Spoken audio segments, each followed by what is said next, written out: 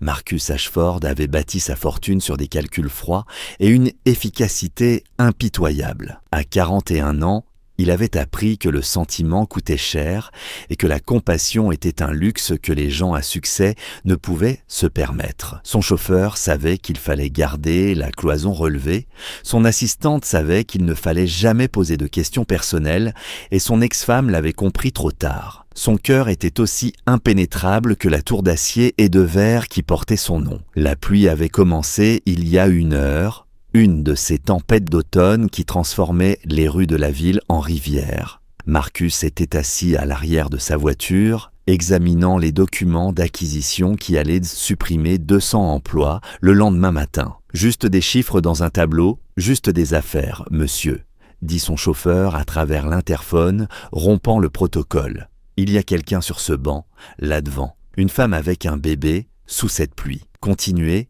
dit Marcus sans lever les yeux. « Monsieur, elle a l'air d'avoir besoin d'aide, ce n'est pas notre affaire, avancez. » Mais quelque chose poussa Marcus à jeter un coup d'œil par la fenêtre. À travers les rideaux de pluie, éclairés par un seul lampadaire, il la vit. Une jeune femme, peut-être dans la trentaine, trempée jusqu'aux os, penchée sur quelque chose enveloppé d'une couverture rouge. Ses cheveux mouillés collaient à son visage et même de loin, il pouvait voir son corps trembler de froid. Elle essayait de nourrir un bébé.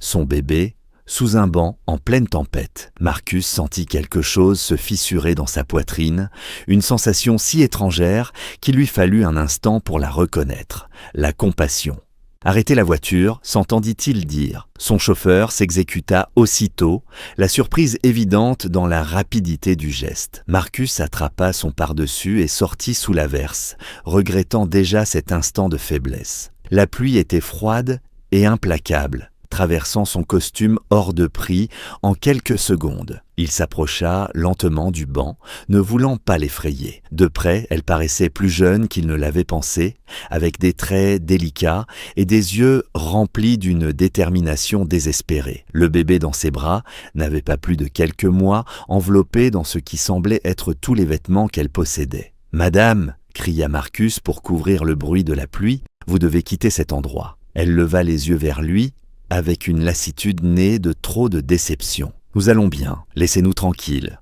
Vous n'allez pas bien, vous êtes trempé. Votre bébé pourrait attraper une hypothermie. » Marcus tendit son manteau. « Prenez au moins ça. »« Je n'ai pas besoin de charité, » dit-elle, mais sa voix tremblait de froid. Le bébé poussa un petit cri, et Marcus vit son visage se briser un instant avant qu'elle ne se ressaisisse. « Ce n'est pas de la charité, c'est du bon sens. » Marcus s'agenouilla, indifférent à l'eau qui s'accumulait sur le sol, et la regarda droit dans les yeux. « Je m'appelle Marcus. Je ne vais pas vous faire de mal, mais je ne peux pas, en conscience, laisser une mère et son enfant ici, sous cette tempête. Laissez-moi vous aider. » Quelque chose changea dans son regard. Peut-être le fait qu'il s'était agenouillé sous la pluie, ruinant son costume à $1000, peut-être la sincérité de sa voix qui le surprenait lui-même, ou simplement parce qu'elle avait atteint la fin de ses forces. « Iris, » murmura-t-elle, « je m'appelle Iris, et voici Emma. Elle a 3 mois.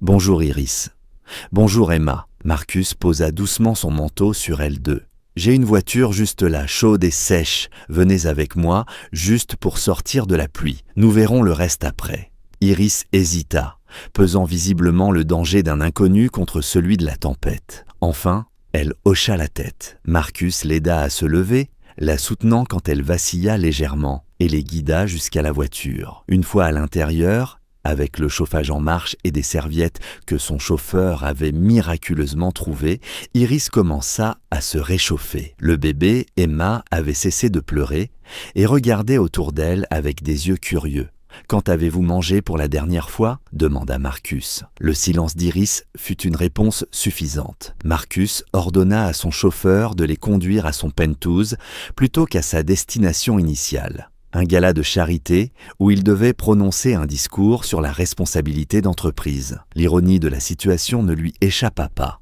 Dans son appartement, un vaste espace qui lui parut soudainement obscènement grand, Marcus installa Iris et Emma dans la chambre d'amis pendant qu'il commandait de la nourriture à 3 restaurants différents, incertain de ce dont elles pouvaient avoir besoin. Sa gouvernante, Madame Chen apparut avec des vêtements secs et cette compassion efficace née d'années d'expérience. Iris réapparut 1 heure plus tard, propre et sèche, tenant Emma qui semblait maintenant paisible et somnolente. Marcus, vêtu de vêtements décontractés, se tenait maladroitement dans sa propre cuisine, conscient qu'il ne savait absolument pas comment se comporter dans un contexte personnel. « Merci », dit doucement Iris en s'asseyant au comptoir de la cuisine. « Vous n'aviez pas à faire tout ça. »« Dites-moi ce qui s'est passé, » répondit Marcus, se surprenant lui-même. Il ne posait jamais de questions personnelles, ne s'impliquait jamais, mais quelque chose chez cette femme et son bébé avait fissuré les murs soigneusement érigés autour de lui. L'histoire d'Iris sortit lentement, douloureusement. Un mari mort subitement, 8 mois après le début de sa grossesse. Pas d'assurance vie, des factures médicales qui avaient englouti leurs économies, un propriétaire qui l'avait expulsé quand elle n'avait plus pu payer le loyer, une famille qui l'avait rejeté des années plus tôt à cause de son choix d'époux, des amis qui s'étaient peu à peu éloignés quand elle n'avait plus rien à offrir. « J'avais un travail, dit-elle, la voix tremblante, à temps partiel dans une épicerie. Mais je ne pouvais pas payer la garde d'enfants et ils ne me laisseront pas amener Emma. Je vivais dans un refuge, mais il y a un tirage au sort pour les lits chaque nuit. Ce soir, nous n'avons pas eu de place. J'ai pensé qu'on pourrait attendre la fin de la pluie sous le banc et que demain matin, je trouverais une solution. » Marcus écouta, vraiment écouta, comme il ne l'avait plus fait depuis des années. Cette femme avait tout perdu. Chaque filet de sécurité, chaque soutien. Et pourtant, elle avait protégé son bébé, continué d'avancer, gardé sa dignité, même assise, trempée, sous un banc. « Que faisiez-vous avant » demanda-t-il. « Avant tout ça, j'étais graphiste, principalement en freelance. J'étais doué. » Elle eut un rire amer. Ça semble appartenir à une autre vie. Marcus prit alors une décision qui aurait choqué ses associés et stupéfié son ex-femme. « Je vais vous aider. Pas seulement ce soir, vraiment vous aider. » Iris secoua aussitôt la tête. « Je ne peux pas accepter. Je ne vous connais même pas. Vous n'avez pas besoin de me connaître.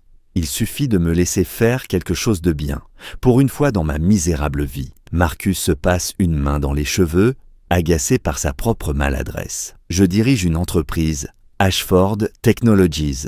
Nous avons besoin de bons designers. Je peux vous offrir un poste, avec un salaire correct et des avantages. Je possède cet immeuble. Il y a des appartements vides. Vous et Emma pouvez en avoir un, sans loyer jusqu'à ce que vous vous en sortiez. » « Pourquoi » demanda Iris, les larmes coulant sur son visage. « Pourquoi feriez-vous cela pour une inconnue » Marcus réfléchit à cette question. Il pensa à sa vie vide, à son mariage raté, à la façon dont il s'était transformé en une machine à produire de la richesse, incapable de produire du sens. Et à ce moment précis, il se souvint qu'il avait failli passer devant elle sans un regard. « Parce que j'ai passé 20 ans à réussir, et 0 à être quelqu'un de bien. » dit-il doucement, « parce que je t'ai vu essayer de nourrir ton bébé sous la pluie.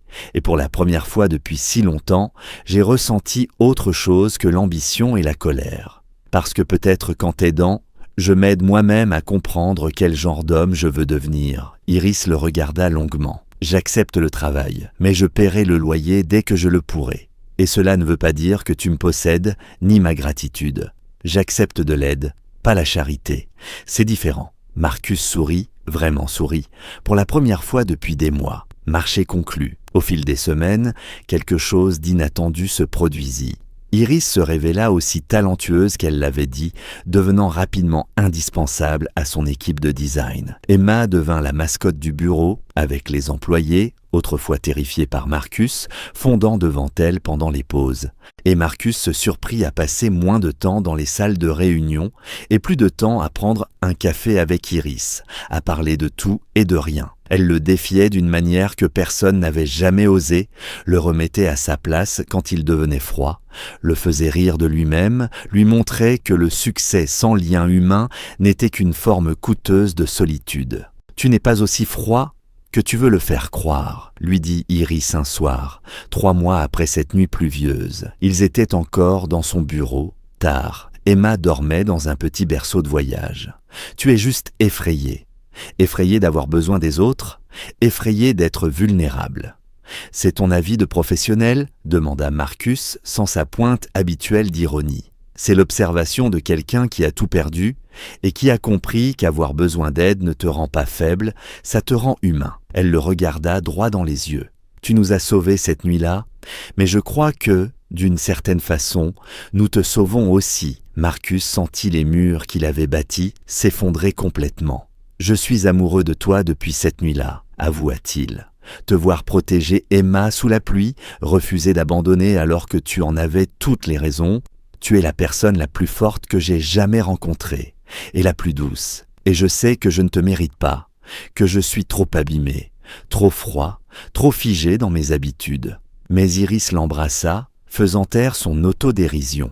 Quand elle se recula, elle souriait à travers ses larmes. « Tu n'es pas froid, tu es prudent. C'est différent. Et oui, tu es un peu abîmé. Mais moi aussi, comme tous ceux qui ont vécu assez longtemps pour porter des cicatrices. » Elle prit sa main. « Je ne cherche pas la perfection. Je cherche l'honnêteté.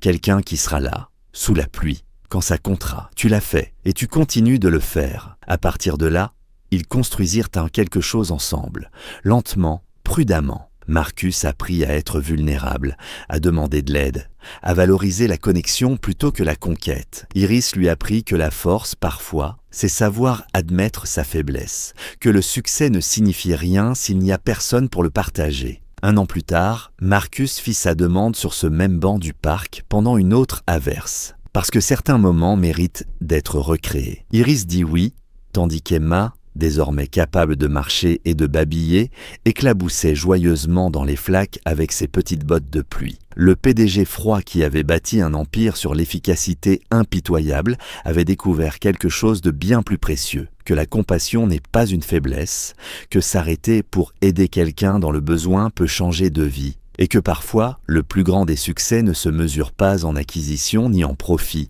mais en instants d'humanité partagés, sous des nuits de pluie. Marcus avait trouvé une femme nourrissant son bébé sous l'averse, ignorant qu'elle avait tout perdu sauf l'espoir. Ce qu'il découvrit, c'est que l'espoir est tout, et qu'aider quelqu'un à retrouver pied peut te montrer le chemin de ta propre rédemption. Parfois, les affaires les plus importantes que nous menons n'ont rien à voir avec les affaires. Parfois, il suffit d'arrêter la voiture, de descendre sous la pluie et d'offrir son manteau à une inconnue, et la décision qui transforme toute votre vie. Et parfois, lorsque nous ouvrons notre cœur à la souffrance d'autrui, nous découvrons que ce que nous croyions être de la charité était en réalité la grâce, donnée librement et reçue librement, changeant tous ceux qu'elle touche. Si cette histoire a touché votre cœur, n'hésitez pas à aimer, partager et vous abonner. Laissez un commentaire ci-dessous sur un moment ou aidez quelqu'un à changer votre propre vie. Vos histoires nous inspirent tous.